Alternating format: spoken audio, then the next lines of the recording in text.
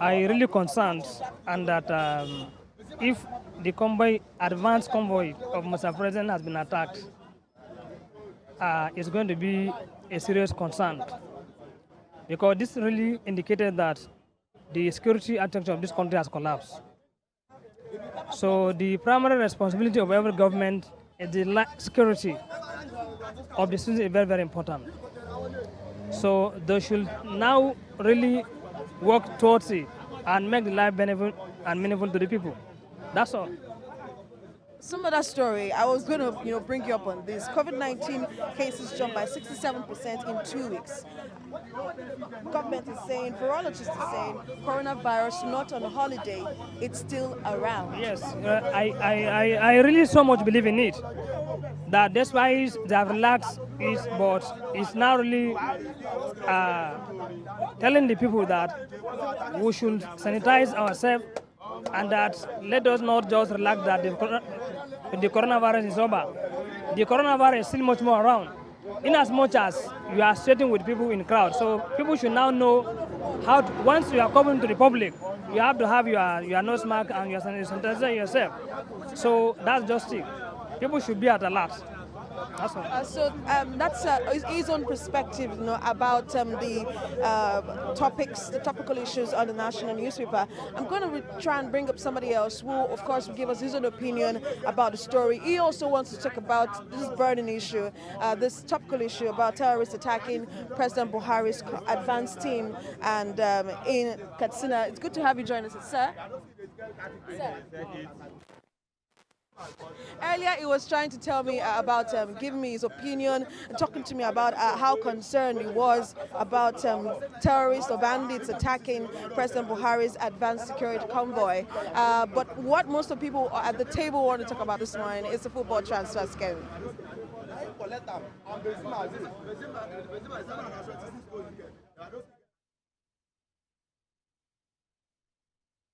Sarah Ayeku there. Sarah Ayeku there with interesting perspectives, yet as always. Thanks a lot, Sarah. Of course, Nigerians more or less replicating the concerns we've already expressed here in the studio about the state of insecurity in the country. Someone even said that things have just, basically capsized. Yeah, he said the security situation has collapsed. I think that's what that's what he said. I mean, it tells we've gone back and forth about this issue of the security architecture. They've said it's time to reject it. It's time to change things.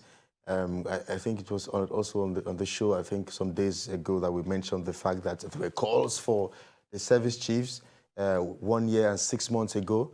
Eventually, Mr. President responded, I think in January 2021, and replaced the service chiefs. And 1 year, 6 months after, the story remains the same. We're seeing the sorry state of insecurity, and even the high and mighty can now feel it. I mean, I know that in some quarters or some sections of the country, or some Nigerians will be saying, well, thank God it's happening to Mr. President, so that Mr. President can probably come to the current realities of what the average Nigerians are facing. You go to the farms now, I'm sure part of why we are facing the hike in the cost of food and all of that is because our farmers can no longer go to the farms confidently as before.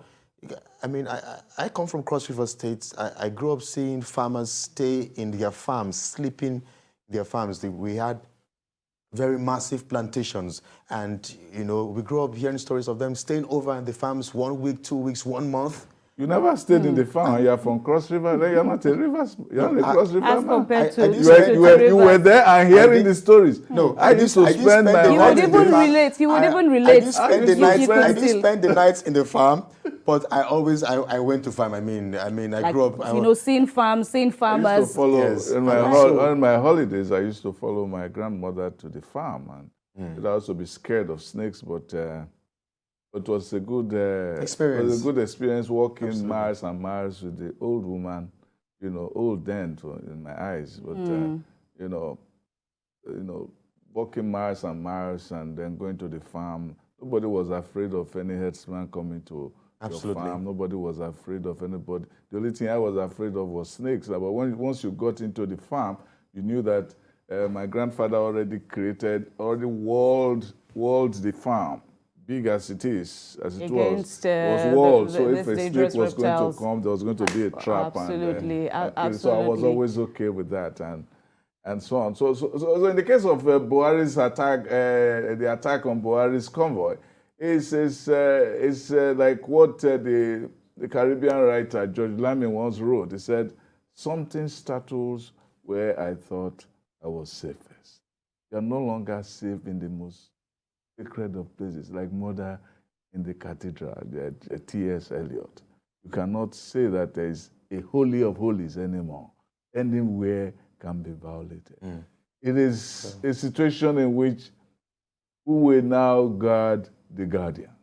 We've even seen so many times, even in Borno State, one recalls the attacks on the current governor of Borno State, in trying to face the devil, basically the daredevil terrorists. He himself has also come under the line of this dangerous levels of fire. Of course, as you have both said, there indeed is no level. Someone was even saying that no one knows who is next, but absolutely. But then if you look at the stance of the governments to the insecurity, Lai Mohammed was in America talking about how well the government is doing. That also continues to be a sore point.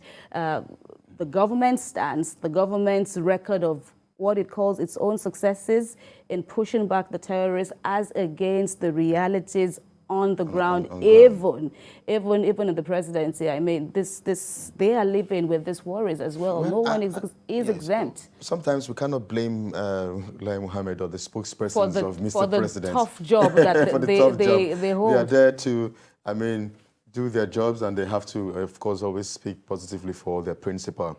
Having said that as well, we cannot also deny the fact that maybe some sort of successes have been recorded.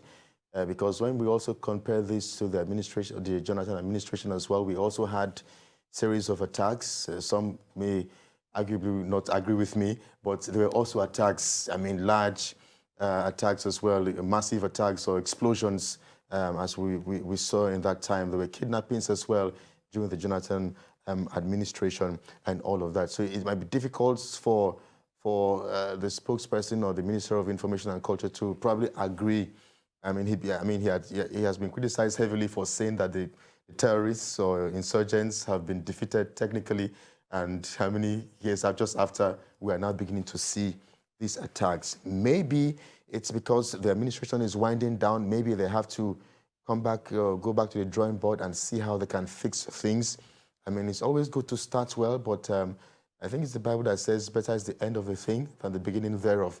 So I think it's also good that they get to finish well and get to finish really, really strong in terms of the security of the country at this time. And security will always be a top burner, even in these times that we're a few months away from the general election. I was going to link that to the fact that just before that interview, I was arguing a bit with the maestro himself, Sam, about the achievements of the NSAS movement.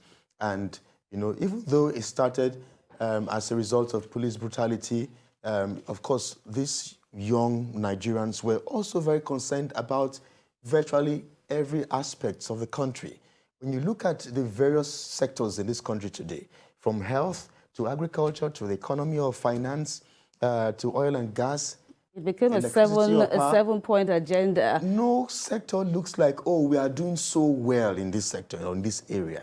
And so these young Nigerians were really indeed very concerned about the state of things. So it started out, first of all, I think on October 3 or 2020 or thereabouts, when a young Nigerian was badly treated in somewhere in Uheli, Delta State, and that video went viral. And then, of course, leading the few weeks after that, all parts of the country, 26 or so, saw this protest. I think at least, apart from when the movement or protest was hijacked, Nigerians, for once, young Nigerians for once, made their voices to be heard. The youth were simply unstoppable. They were united. But